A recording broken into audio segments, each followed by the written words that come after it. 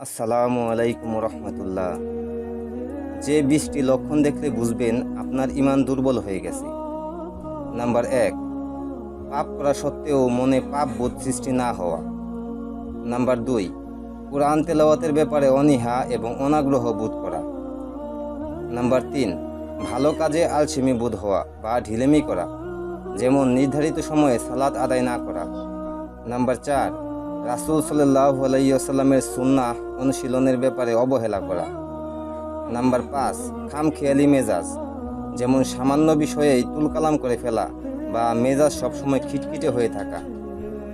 Number 6, কুরআন তেলাওয়াত শুনে বিশেষ করে পাপের জন্য শাস্তি কিংবা সৎ কাজের জন্য পুরস্কারের কথা বলা হয়েছে এমন আয়াতগুলো শুনেও হৃদয়ে কোনো রকমের কোনো প্রভাব বা অনুভূতি তৈরি না হওয়া। নাম্বার 7, আল্লাহ রাব্বুল আলামিনের স্মরণ থেকে বিমুখ হওয়া এবং তাকে স্মরণ করা কঠিন মনে হওয়া।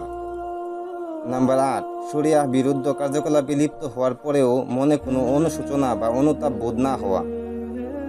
নাম্বার 9, ধন সম্পদ, প্রভাব প্রতিপত্তি, সামাজিক অবস্থান ইত্যাদি এসব কিছুর পিছনে সারাক্ষণ ছুটে চলা। নাম্বার 10, ক্রমাগত মানসিক দৈন্যতার পাশাপাশি আর্থিক কৃপণতা বাড়তে থাকা, ধন সম্পদ আঁকড়ে ধরে রাখার প্রবণতা। নাম্বার 11, নিজে না করে অন্যকে ভালো কাজের আদেশ দেওয়া। নাম্বার 12, অন্যের অবনতি বা ক্ষয়ক্ষতি দেখে মানসিক তৃপ্তি বোধ হওয়া।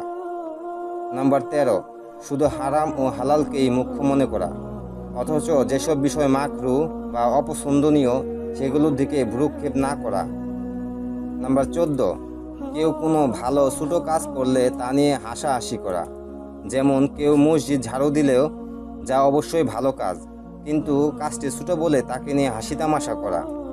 নাম্বার 15, নিজে মুসলিম হয়ে অন্য মুসলিমের কল্যাণ সাধনের ব্যাপারে কোনোরূপ প্রচেষ্টা বা মাথা ব্যথা না থাকা। নাম্বার 16, ইসলামের তথা মুসলিমদের কল্যাণ এবং উন্নতি হয় এমন বিষয়ে দায়িত্বহীনতার পরিচয় দেয়া। নাম্বার 17, বিপদে ধৈর্য ধারণ না করা, যেমন কেউ মারা গেলে উচ্চ স্বরে বিলাপ করে বুক চাপড়িয়ে কান্নাকাটি করা। নাম্বার 18, কোনো দলিল প্রমাণ ছাড়াই কেবল তর্ক করতে ভালো লাগে তাই তর্ক করা। নাম্বার 19, দুনিয়ার মোহে অন্ধ হয়ে যাওয়া, এর একটি লক্ষণ হলো পার্থিব কোনো কিছুর ক্ষতি হলেই মানসিকভাবে ভেঙে পড়া।